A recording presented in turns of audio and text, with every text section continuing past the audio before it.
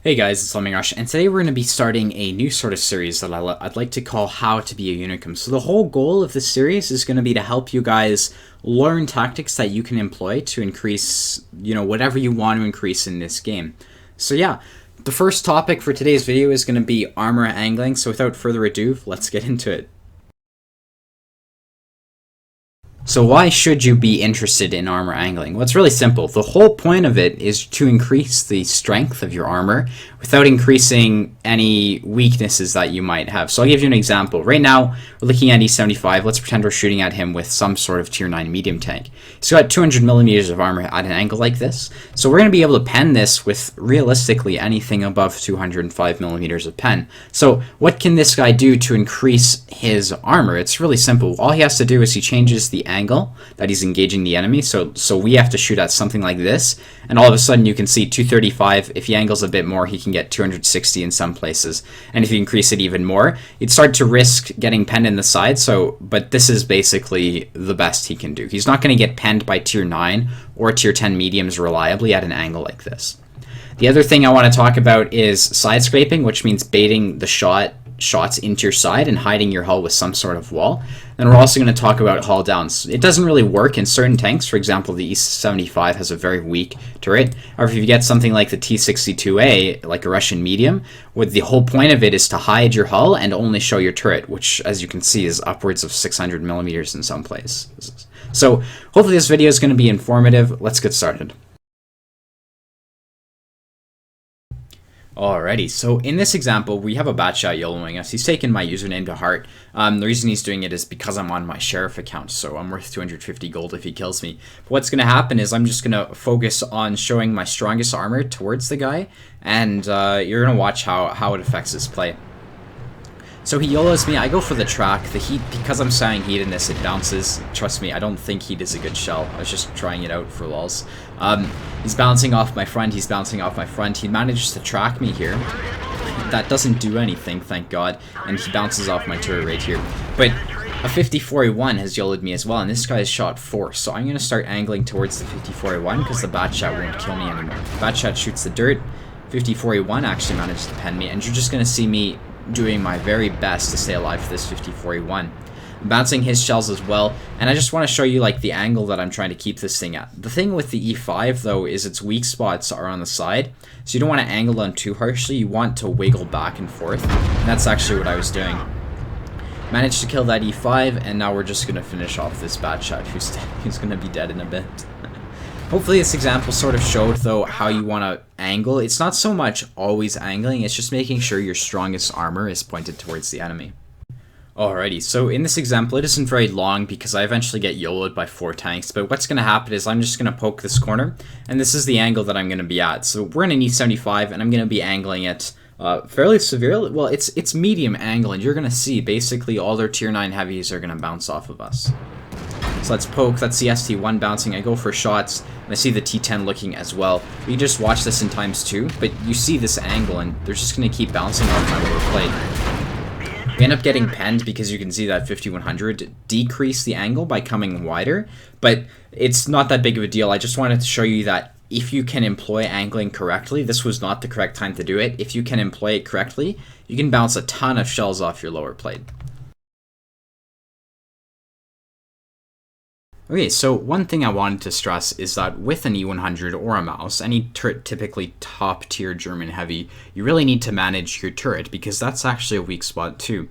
It isn't a weak spot so much to standard rounds, however if people shoot gold rounds, it's very easy for them to just pen the flat cheeks of your turret. So what I'm doing right now is I'm assuming the enemy is shooting gold and I'm angling my turret so it's a bit like this, and basically it's going to be nearly impossible for them to pen. So you can see me here just trying to bait the U100's shot. Turns out he was shooting AP. However, if he had been shooting heat, that definitely would have bounced.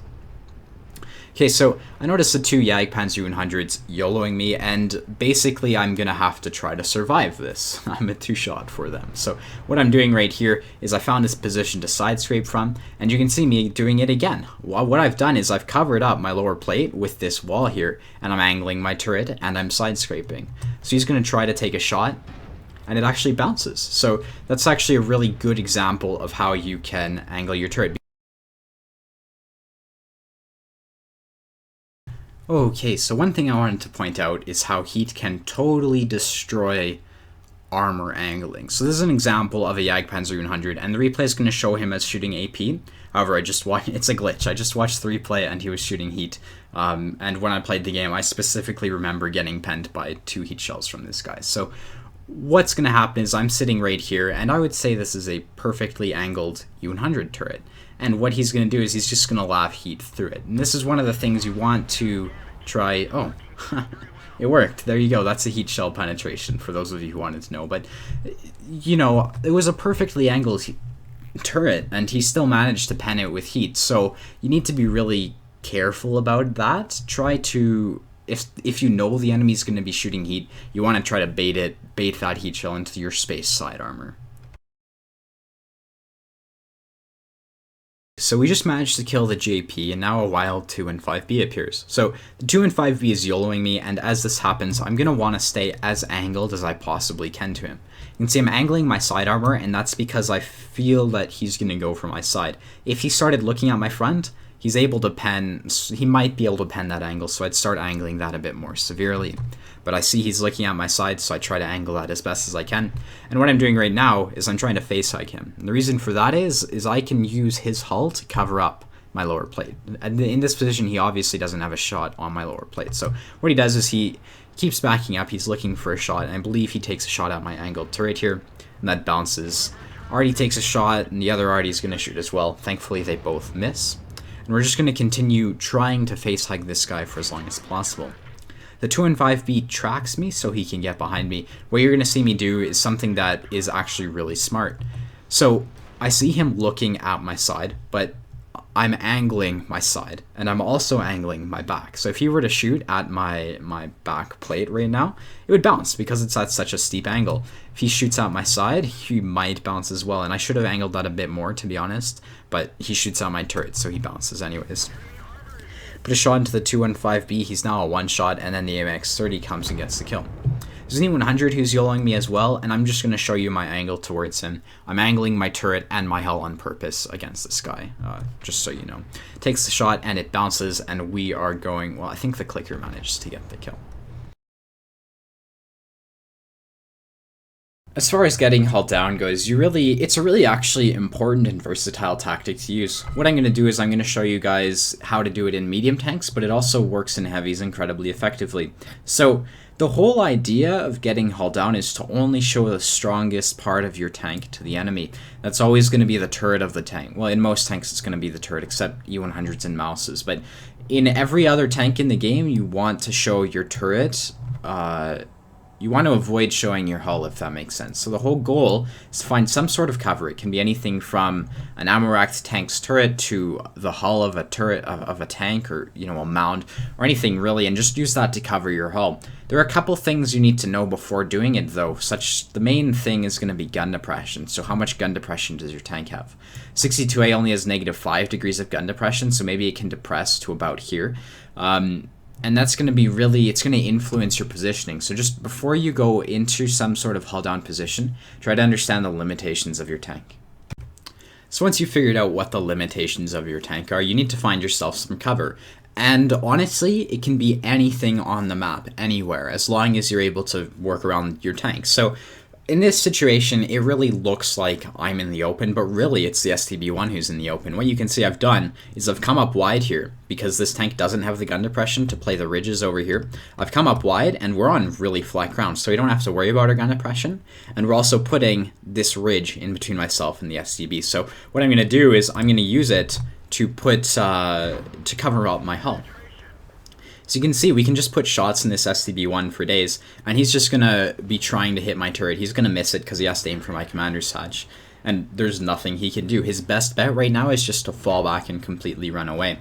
Eventually he does that, but he does it the wrong way, and you can see we're totally able to farm him. He actually gets away here, but we took no damage in this position here because we had an eye open for where our tank was. Normally, you would never guess that this could be used as a hull down position, but I just wanted to show it because really it shows anywhere on the map can be used to give yourself cover. Alrighty, so another example of getting held down is going to be me and the IS-3 on Tundra. So we're against the T-54, and at first glance, it really doesn't look how it is. So what you're going to see is, you see me brawling this guy, and it looks like I'm using this ridge. I guess it's a ridge. It's like an outcropping to get me held down, and really that isn't the case. If you see in sniper mode here, I'm using this here to cover my hull. Now, he is giving me a hull down position. Because of where he is, he doesn't have a shot on my hull, and I'm abusing that. So effectively to him, I'm hull down to him, and he's only going to have shots on my turret. So you're going to see that here. I'm going to put it forward, and you can see he bounced. If he had shots in my hull, he definitely would have penned, but I think it bounced somewhere off of here, off my turret. So that is a perfect example of being held down. I'm going to keep this replay going because it happens again with this IS-3 right up here. So the IS-3 is going to poke in a couple seconds, and he's going to be doing the exact same thing that the T-54 did.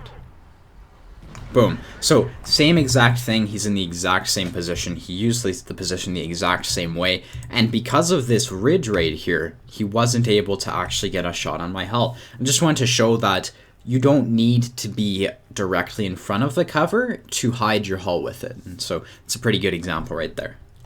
Alright, so in another example here, it's going to be the same 140. We're still above him using our position, and actually sometimes what can happen is you're not going to necessarily bounce shells when you're hull down, but you're in such a good position, and generally in tier 10 they know not to shoot at your turret. They'll actually shoot at something else. So right now we're going to be in such a good position. You can see the 140 is looking at me, he wants to shoot at me. I shoot, I miss, and you're going to see him, instead of shoot at me, shoots his heat shell at the side of the 113. Now, he bounces, but I wanted to show you that being hull down, it's such a good, you can use it so effectively that people won't even shoot at you, especially if you have a really nice turret like the IS-3s or your commander's hatches are very small. So try to abuse it as often as possible. Yes, I mean, he shot at the 113, but it's a perfect example of how it's such an obviously strong position. So here we're going to move up, we're going to put a shot into this Panzer 58 Mutz, and again, we're going to be using this cover for hull down. So we're going to be using this rock here, I guess it is, this ridge line here.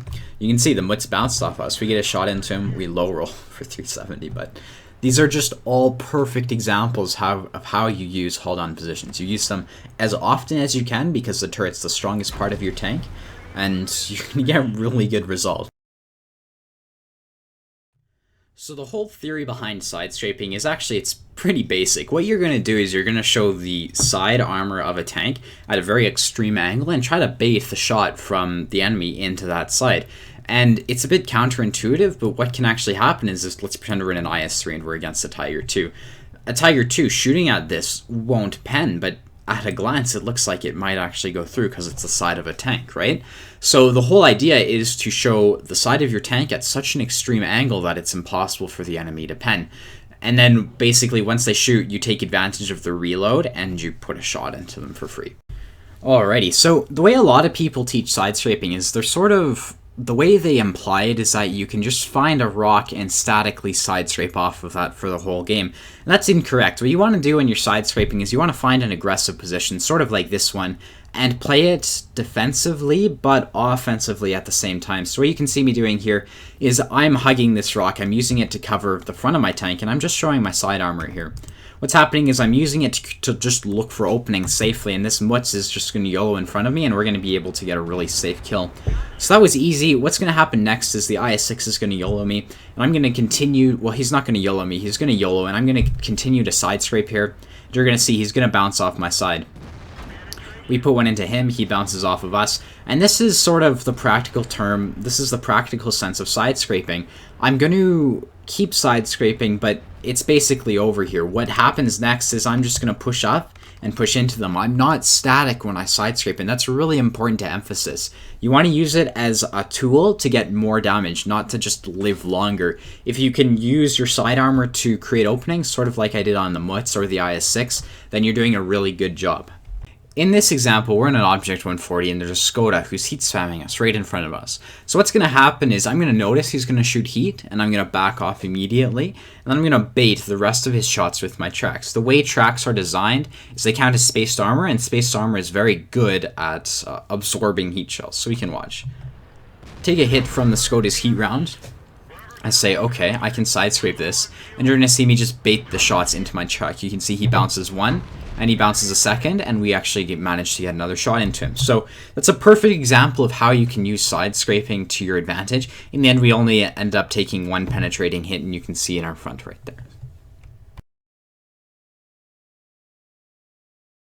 Okay, so another alternative to side scraping, it's actually pretty related, is called reverse side scraping. And what that means is you park your back up to some sort of hard cover, for example, a wall or a tank, and you cover up this part, the weakest part of your tank, and you only give the side at a very extreme angle, just like this would be. And you're able to point your gun at whoever's shooting at you. And it's actually really strong. It'll make more sense when I show you out an example. So let's just hop into a practical example. In this example, you can see me here. Right now we're in an IS-3 and we're reverse side scraping against a waffle. So what's going to happen is I'm going to put a shot into him, and then he's going to bounce 4 shots off my side. The most he's going to do is he's just going to track me. So I put 1 shot into him, and you can see this angle. You're just going to watch what happens. He's just going to track me, bounce me over and over and over. He's not going to be able to do anything, even if it's with his waffle. He even misses a shot.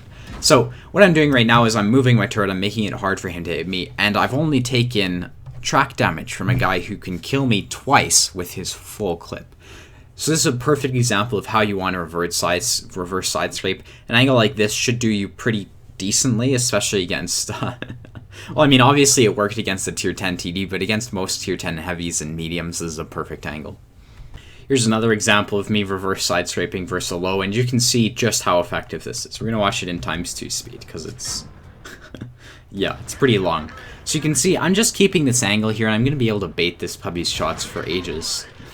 And the most he does is he's just going to track me.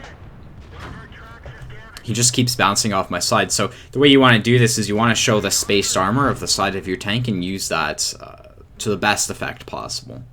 Hey, thanks for watching. If you want to see more of my videos, please be sure to hit the like and the subscribe button. And yeah, this is the first guide I've ever really done. So if you have any criticism of it, please let me know, because I really want to get better at this. This is the most heavily...